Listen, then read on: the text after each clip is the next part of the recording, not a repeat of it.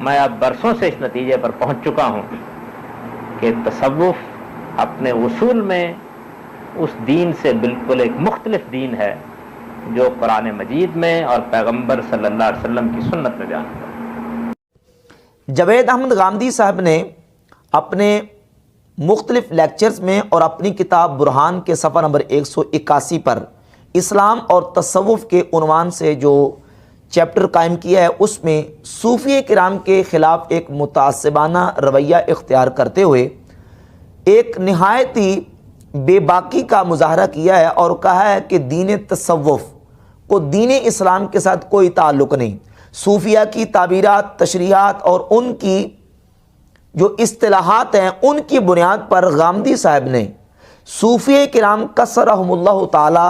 کے ایک پاکیزہ روحانی اور اخلاقی شعبے کو، جو کہ دین اسلام ہی کا ایک شعبہ ہے جس کو زہد، رقاق یا اخلاق یا آداب کے ساتھ بھی تعبیر کیا جاتا ہے، اسی کو صوفیہ تصوف کا نام دیتے ہیں۔ اس روحانی اور اخلاقی شعبے کو، جو دین کا ایک ڈپارٹمنٹ اور شعبہ ہے، اس کو غامدی صاحب نے صوفیہ کی جو اصطلاحات ہیں اس کی بنیاد پر الگ سے دین اسلام کے متوازی ایک الگ سے دین قرار دے کر ایک بہت بڑا متعصبانہ رویہ اختیار کیا ہے۔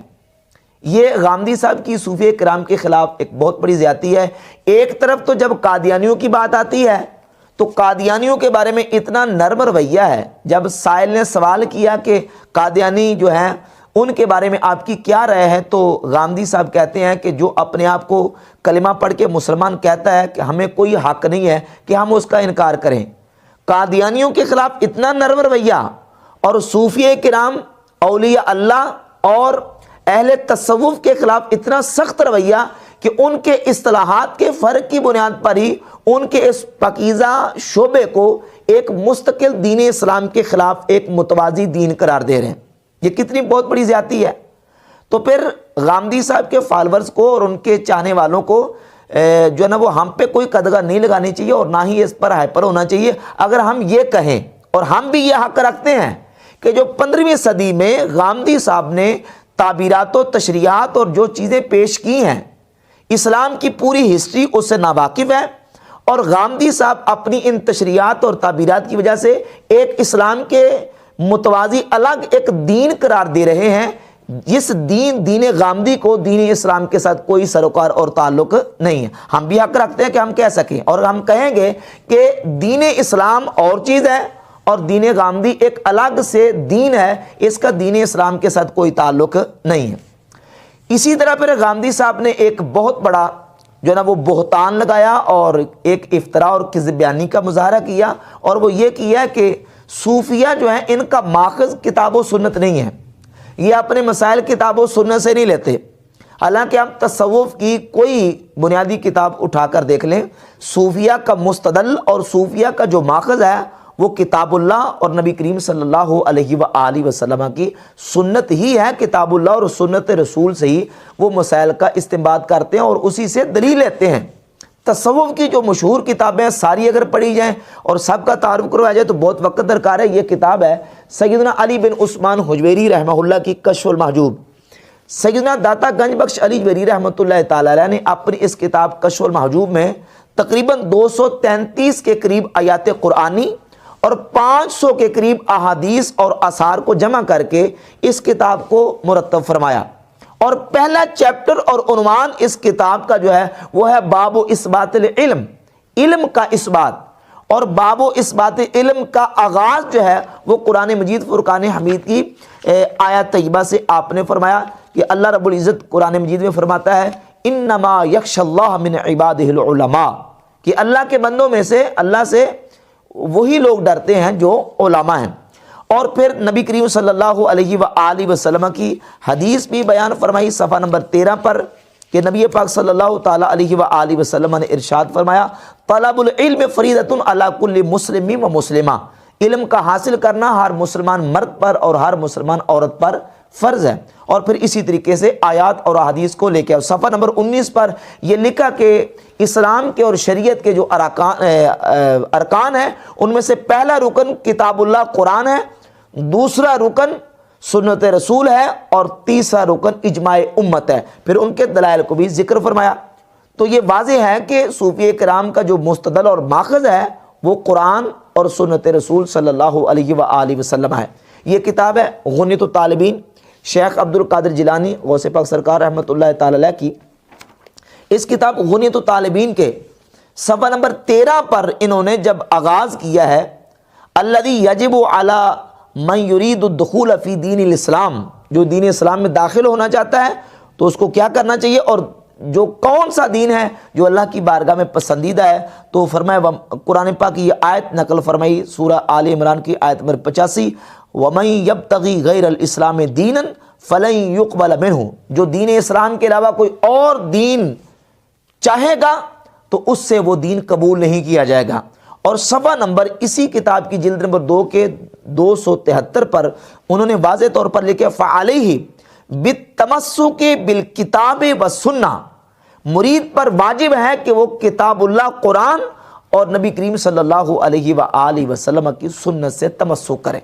اس کو دلیل بنائے۔ تو اب یہ صوفیہ کرام کی تعلیمات اور ان کی تعبیرات و تشریحات بالکل جو ہے وہ قرآن و سنت سے ہیں، اور اس پر بہت سارے حوالہ جات غامدی صاحب نے جو بات کی ہے صوفیہ کرام کے اقوال اور ان کے ارشادات بالکل اس کی نفی کرتے ہیں۔ یہ امام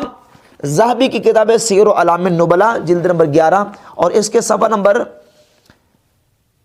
44 پر حضرت جنید بغدادی رحمۃ اللہ علیہ شیخ و صوفیہ، بہت بڑے شیخ، ان کا ذکر نقل کرتے ہیں کہ وہ فرماتے ہیں علمنا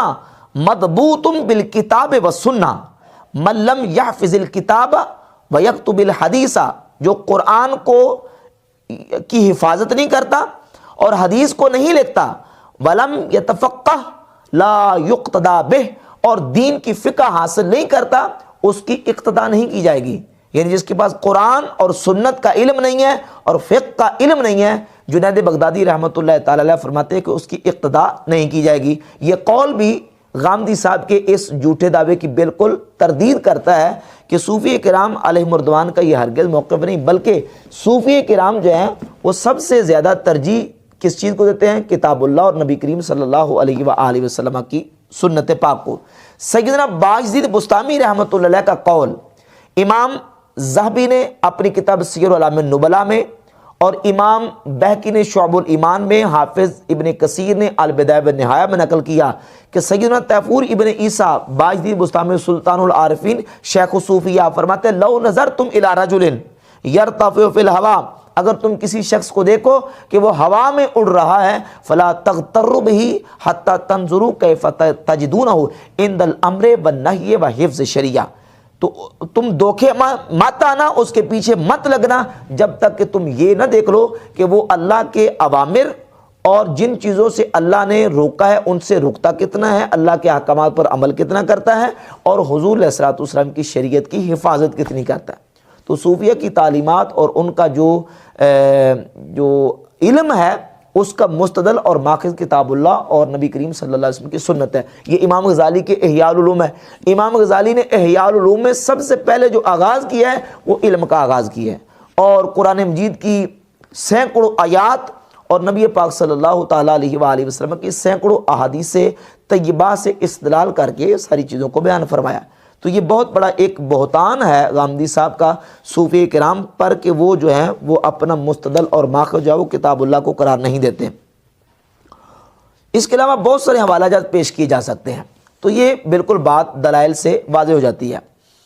رہی بات یہ کہ غامدی صاحب کے صوفیہ کے خلاف نتیجہ اخذ کرنے کی، غامدی صاحب نے یہ نتیجہ اخذ کیا، کہتے ہیں میں بڑی دیانتداری کے ساتھ، میں بڑی سچائی کے ساتھ یہ بیان کرتا ہوں کہ میں نے صوفیہ کو پڑھا ہے، اور پڑھنے کے بعد میں اس نتیجے پر پہنچا ہوں کہ صوفیہ کا جو دین ہے، دین تصوف، یہ دین اسلام کے متوازی ایک الگ سے دین ہے، اس کا دین اسلام کے ساتھ کوئی سروکار نہیں ہے، میں نے صوفیہ کو پڑھا ہے۔ تو غامدی صاحب آپ سے زیادہ امام غزالی رحمۃ اللہ علیہ نے پڑھا ہے، صوفیہ کی تعلیمات کو، ان کی فکر کو اور ان کی سیرت کا انہوں نے مطالعہ کیا، اور امام غزالی رحمۃ اللہ علیہ نے اپنا نتیجہ فکر اور اپنا جو زندگی کا نچوڑ تھا وہ اپنے بیان فرمائے اپنی کتاب المنقذ من الضلال والموصل الی ذی العزۃ والجلال، اس کے صفحہ نمبر 38 پر اور صفحہ نمبر 39 پر امام محمد ابن محمد غزالی الشافعی رحمۃ اللہ تعالی علیہ پورے اپنی زندگی کے تجربات اور لکھتے ہیں کہ میں نے جس وقت علم پڑھا، اس کے بعد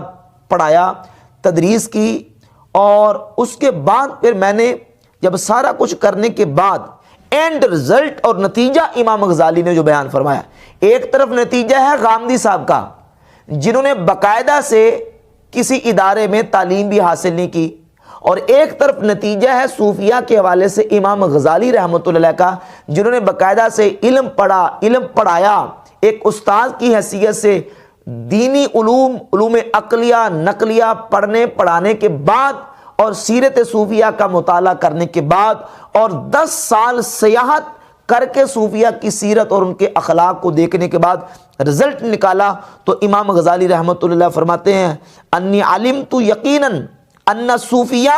ہم السالکون لطریق اللہ تعالی خاصہ، فرماتے میں اس نتیجے پر پہنچا کہ یقیناً صوفیہ ہی ہے جو اللہ کے رستے پر نکلنے والے اور چلنے والے ہیں، وَأَنَّ سِيرَتَهُمْ احسن السیر، اور صوفیہ کی زندگیاں سیرتیں یہی بہترین زندگیاں اور سیرتیں ہیں، وَطَرِيقَهُمْ أَصْوَبُ الطُّرُقِ، اور ان کا طریقہ ہی درست طریقہ ہے، وَأَخْلَاقَهُمْ أَزْكَى الْأَخْلَاقِ، اور ان کے اخلاق ہی پاکیزہ ترین اخلاق ہیں، بلکہ فرماتے بل لو جمع عقل العقلاء وحکمت الحکماء، فرماتے اگر تمام عقل مندوں کی عقل کو جمع کیا جائے اور حکماء کی حکمت کو جمع کیا جائے، وعلم الواقفین علی اسرار الشرع من العلماء، اور شریعت کو جاننے والے علماء کے علم کو جمع کیا جائے، لیغیروا شیئا من سیرہم اخلاقہم ویبدلوہ بما ہوا خیر منہ، تاکہ اس کا کوئی بدل لے آئیں اور اس سے بہتر کوئی چیز لے کے آئیں، لم یجدوا الیہ سبیلا، فرماتے کوئی رستہ نہیں پاؤ گے، فَإِنَّ جَمِيعَ حَرَكَاتِهِمْ وَسَكَنَاتِهِمْ فِي ظَاهِرِهِمْ وَبَاطِنِهِمْ، فرماتے صوفیہ کی حرکتیں، حرکات ظاہر و باطن مقتبسۃ من نور مشکات النبوہ، وہ نبی کریم صلی اللہ علیہ وآلہ وسلم کے نور نبوت سے مقتبس ہیں، یعنی انہوں نے حضور کے نور نبوت سے اقتباس کیا ہے، حضور کے نور سے نور حاصل کیا ہے، ولیس وراء نور نبوت علی وجہ الارض نور یستداء بہ، فرماتے ہیں نور نبوت سے بڑھ کر دنیا میں کوئی نور نہیں ہے جس سے روشنی حاصل کی جا سکے۔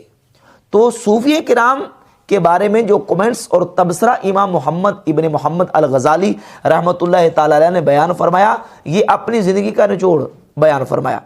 غامدی صاحب کہتے ہیں میں اس نتیجے پر پہنچا کہ صوفیہ کا جو طریقہ ہے وہ دین اسلام سے ایک الگ سے دین ہے، اور امام غزالی رحمۃ اللہ تعالی علیہ اور دیگر اولیاء اللہ اور صوفیہ نے اپنا جو نتیجہ فکر بیان فرمایا، وہ کہتے ہیں کہ اصل میں اخلاق اور زندگیاں اور سیرتیں ہیں ہی صوفیہ کی جو علم اور عمل کے ساتھ جڑی ہوئی، اخلاق کے ساتھ، زہد کے ساتھ، تقوی کے ساتھ جڑی ہوئی۔ اور اسی طرح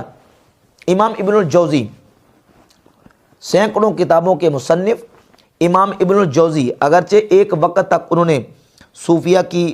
مخالفت کی، لیکن اپنی کتاب، یہ کتاب ہے سید الخاطر امام ابن الجوزی رحمہ اللہ کی، اس میں امام ابن الجوزی رحمۃ اللہ علیہ جب صوفیہ کے بارے میں لکھتے ہیں تو فرماتے ہیں کہ میں نے دیکھا محدثین کو ان کا شغل کیا ہے، شغل یہ کہ وہ کثرت اجزاء یعنی اپنی کتابیں جمع کرتے ہیں اور حدیث کے عالی ہونے کا شوق رکھتے ہیں، اور فقہا کو علم جدل میں دیکھا، لیکن فرماتے ہیں ان چیزوں سے رقت قلب اور ذوق صرف نصیب نہیں ہوتا جب تک کہ سیرت سلف صالحین کا مطالعہ نہ کیا جائے۔ تو امام ابن الجوزی فرماتے ہیں کہ سیرت سلف صالحین ہی وہ چیز ہے جو انسان کو ذوق اور انسان کو رقت قلب جس سے میسر آتی ہے۔ اس کے بعد پھر امام ابن الجوزی رحمۃ اللہ علیہ نے باقاعدہ سے کتابیں تحریر فرمائیں، جن میں سے امام ابن الجوزی رحمۃ اللہ کی یہ کتاب ہے صفات الصفوہ، یہ دیکھیں صفات الصفوہ، صوفیہ اور اولیاء اللہ کے حالات زندگی پر مستقل امام ابن الجوزی نے کتاب لکھی۔ اور اس کے علاوہ مناقب و احوال معروف کرخی، امام سیدنا معروف بن فیضان الکرخی شیخ صوفیہ، بہت بڑے صوفی اللہ کے ولی درویش